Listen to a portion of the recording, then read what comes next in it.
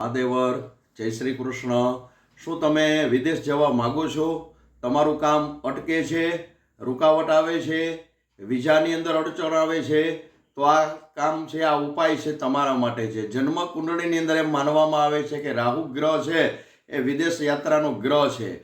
તો રાહુ જો નબળો હોય તો રાહુના મંત્ર જપ કરવા, એ સિવાય બીજા જો આપણા કામ અટકતા હોય તો ગુરુ ગ્રહની પૂજા કરવી, મંત્ર જપ કરાવવા। ત્યાર પછી આપણું જે કામ છે એ અટકતું રોકાતું જો આગળ વધે તો શનિની ઉપાસના કરવી। શનિવારે સવારે પીપળાના થડ આગળ સરસવના તેલનો દીવો કરવો અથવા તલના તેલનો દીવો કરી ઓમ શનિશ્ચરાય નમઃ 21 વખત મંત્રનો જપ કરવો।